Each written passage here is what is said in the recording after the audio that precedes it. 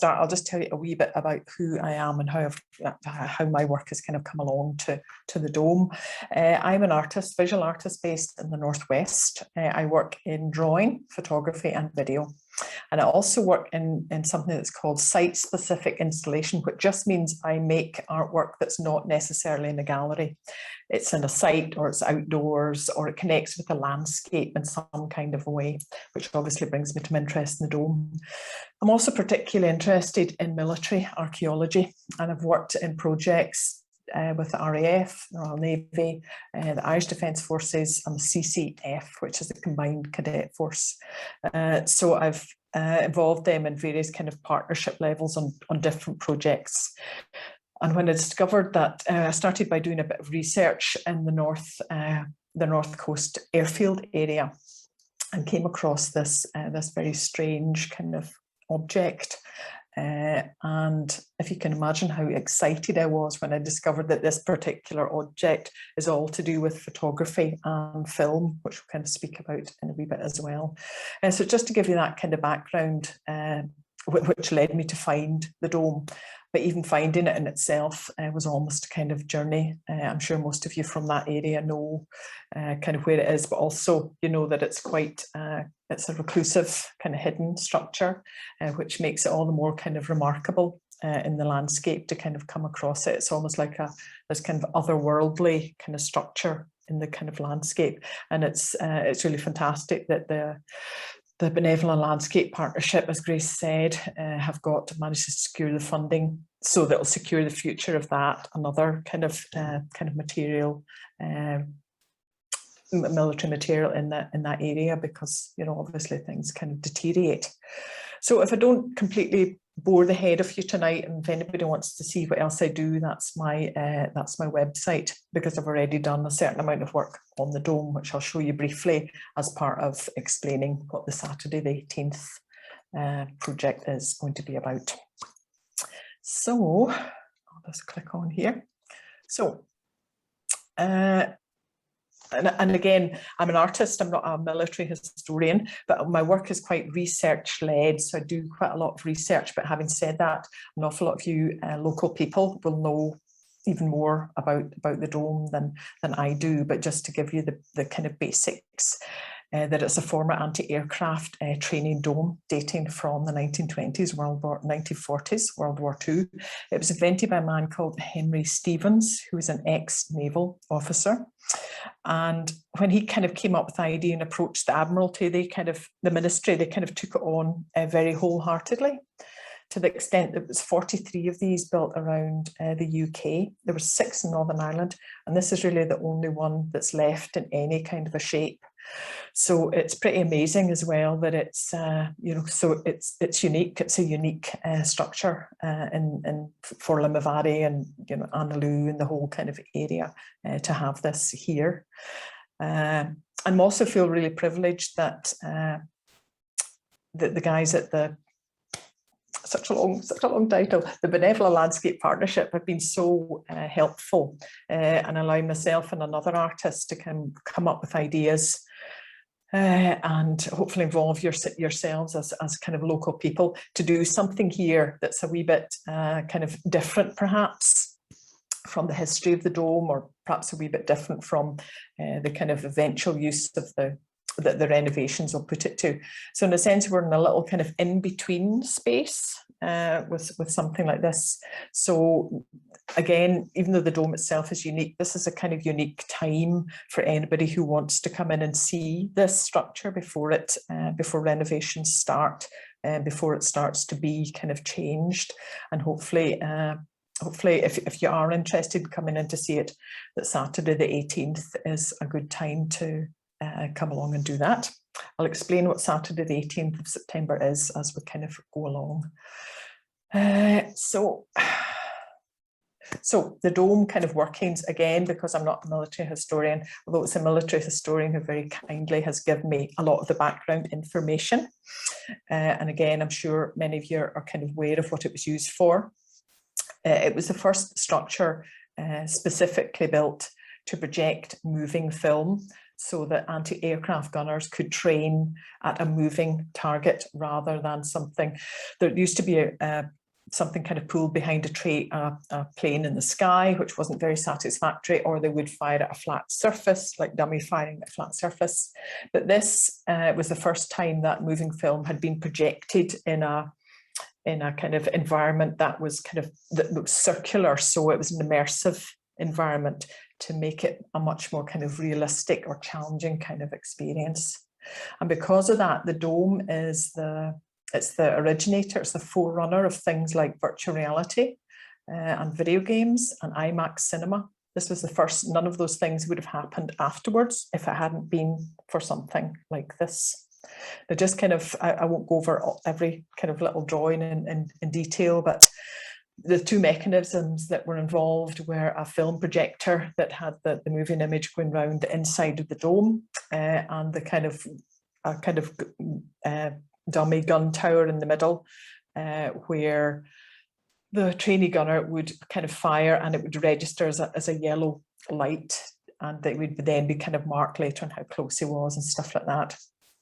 And anybody who's been in the Dome knows that it has very particular kind of acoustics.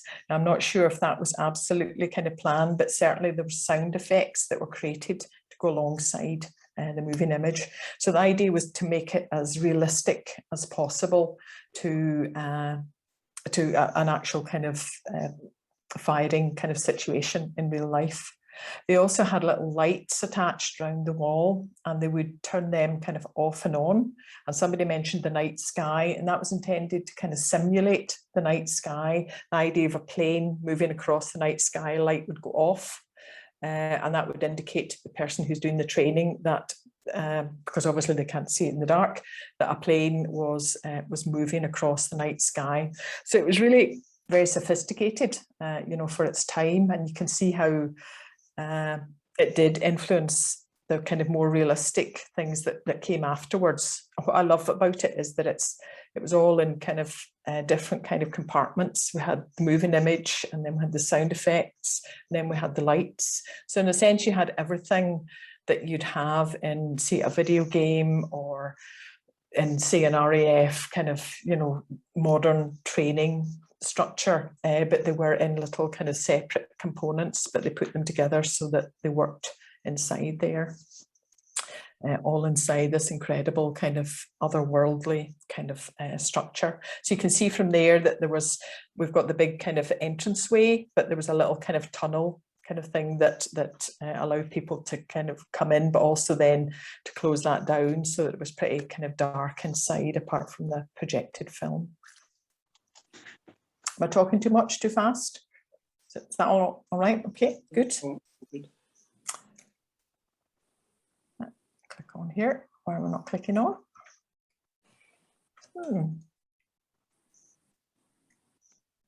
Try this one down here.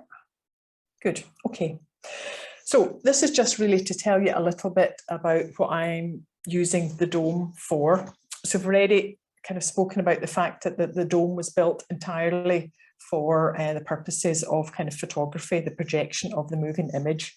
And that's really why I'm interested in it. My interest in photography is not so much that final kind of print, a little kind of flat print that you can produce, but I'm interested in more to do with the history of photography, or how it, got to, a certain stage, who kind of commissioned it, who invented different things, how it developed from one stage to another. And I've recently set up a darkroom here in my studio in Derry to do kind of traditional photography, using print film and developing and that kind of thing, because I'm really interested in the time it takes to kind of traditional photography kind of process takes a bit of time. Now we're all so used to digital photography happening instantaneously, very kind of quickly. But I'm kind of more interested in researching some of the kind of earlier stages of photography and kind of working out how we got from, that stage to this stage and that kind of thing. So the Camera Obscura, it's Latin for a darkened room. It's a device in the shape of a box or a room, that lets light through a small opening on one side and projects it onto the other. It's also known as a pinhole camera, which some of you may have heard about. And the images are projected in the same way as when we're looking at the world. When it hits our retinas, the world is upside down and back to front. And that's how it appears, a pinhole camera. It's our brain that corrects the image. So for some reason that delights me no end, the fact that that the camera obscura retains that kind of idea of the first impression of the world as it kind of comes in. And also in a pinhole camera obscura, the image is moving as well. It's not a still kind of photograph image.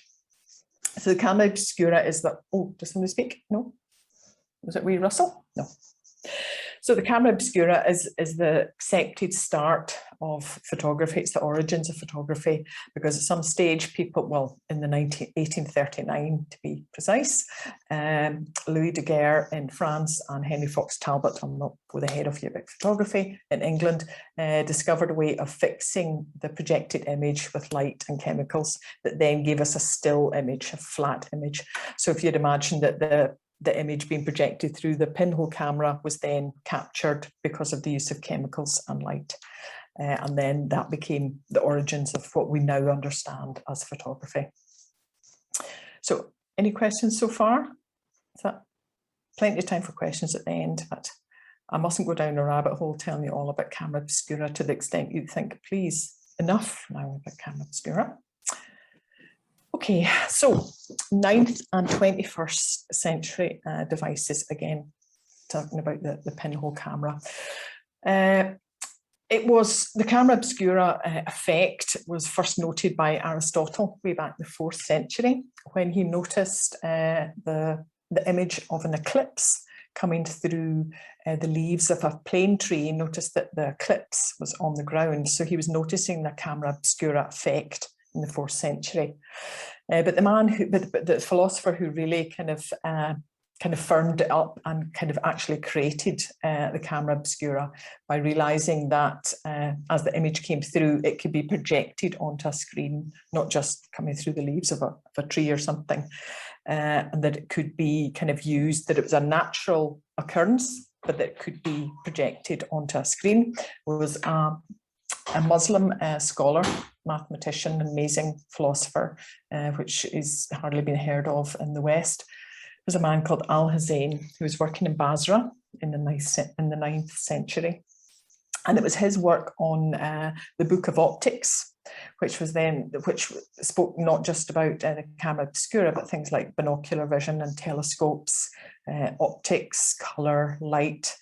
He did a huge amount of work in this Arabic publication. Well, it wasn't a publication, you know, this tome, the Book of Optics, that was then translated in the 13th century and influenced people like Leonardo da Vinci and Kepler and Bacon, who all then kind of created their own versions of the camera obscura and the pinhole camera, and then became developed. But basically it was developed from the work of Al-Hazain in the 9th century. It was also used as a drawing device during the Renaissance. People like Da Vinci would have used that as, because you get a mirror image of something, even though it's turned upside down. Artists in the Renaissance were known to have created their own camera obscuras to be able to draw a bit more accurately, which also interests me. I don't use it to draw, but I'm interested in connections between drawing and photography. So that's the image there on the left-hand side. Anybody want to take a guess at what image is on the right-hand side? That's the 21st century device. Anybody? No? I don't want to cheat because you told me. I know, I don't. Grace can't tell you. Okay. It's a Pringles tin. It's a Pringles tin, which I have turned into a pinhole camera. You know, the long Pringles tin, they make the best pinhole cameras. I have sprayed it black, and I've cut out a little box, and I cut out a little square in the middle. You can just kind of see that little kind of pale bit in the middle. So you cut that out, you put in a little bit of metal, and I pierce the metal with a safety pin, give it a little bit of sandpaper. And then I put in the dark, I put in a sheet of photographic paper and let the light shine through that tiny little kind of aperture. This happens to be on a drain pipe. It's outside in a drain pipe. Now you can, in terms of exposing to the light, you can do it for like 30 minutes or half a day. Mine will be out for something like 76 days, just for the fun, just to see what it will produce.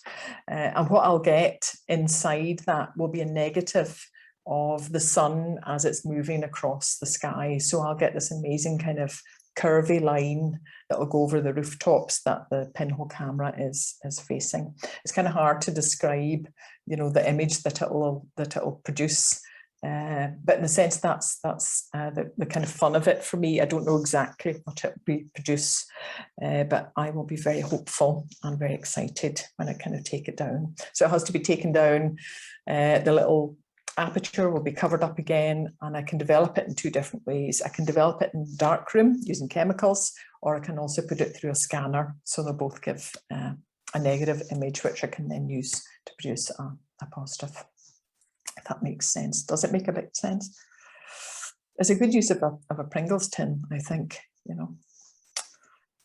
So just very briefly, I'm going to tell you some of the things that have already kind of happened down there. I was kind of working across a couple of summers, 2017 to 2019,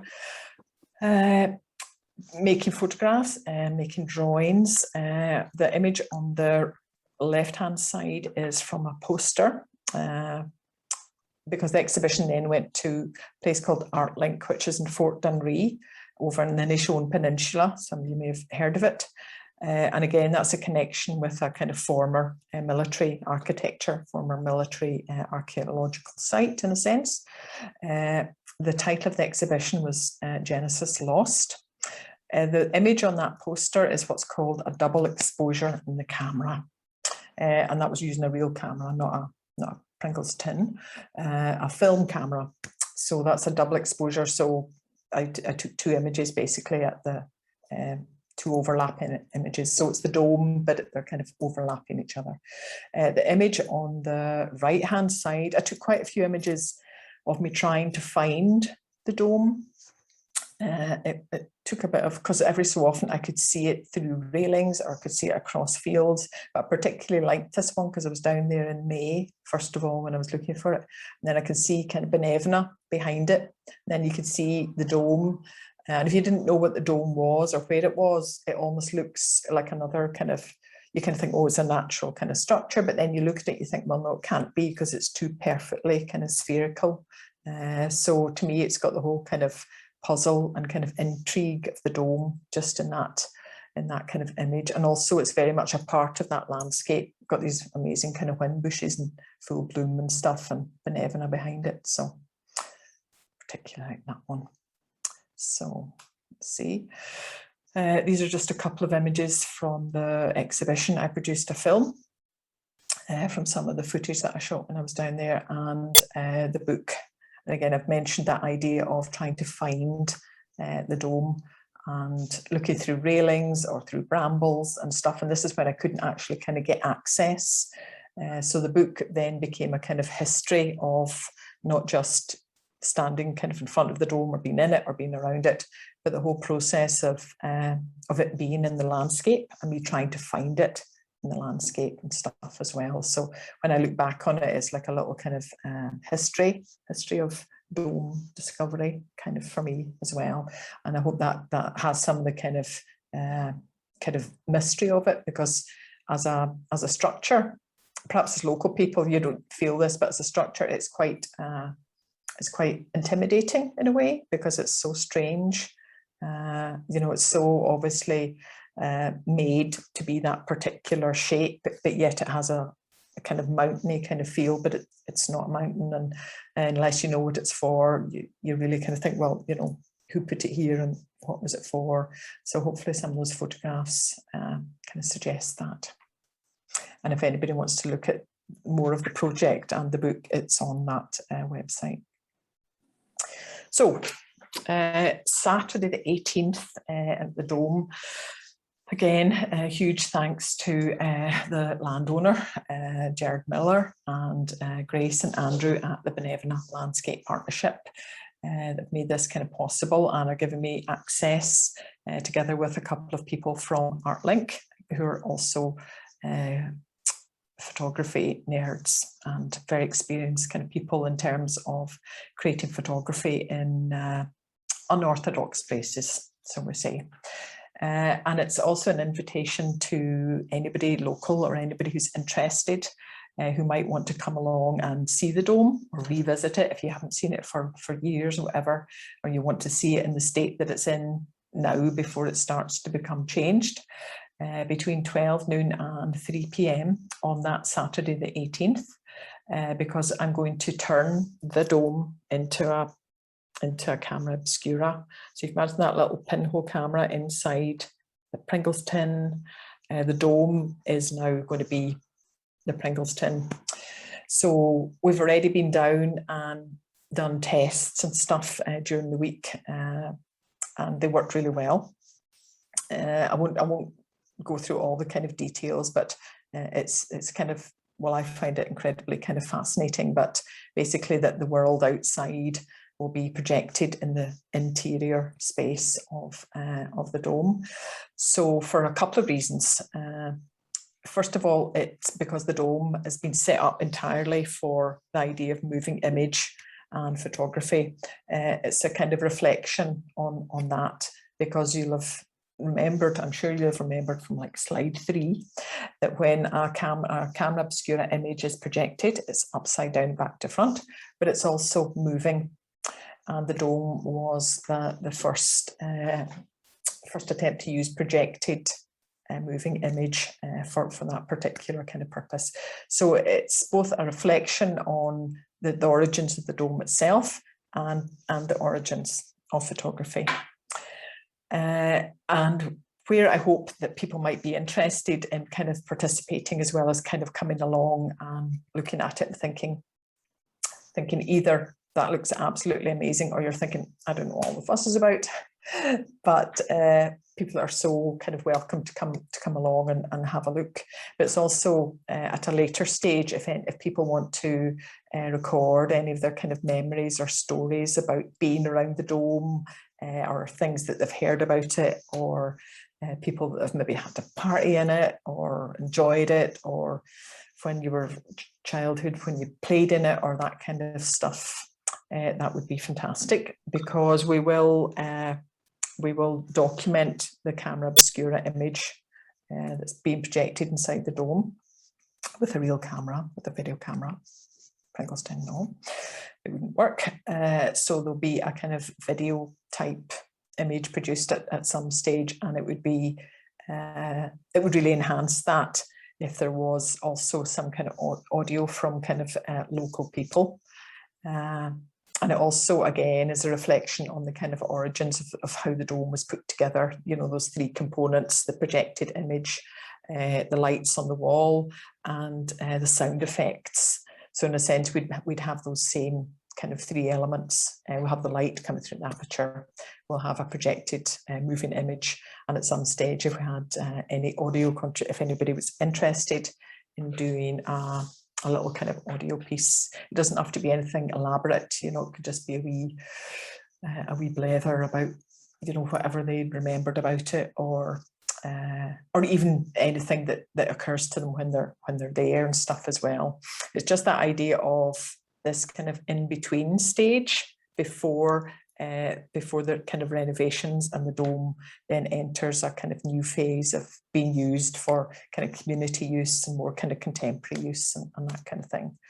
So it's a little kind of window of opportunity to have your voice heard about it and join in with a quite bizarre camera obscura project out in the field.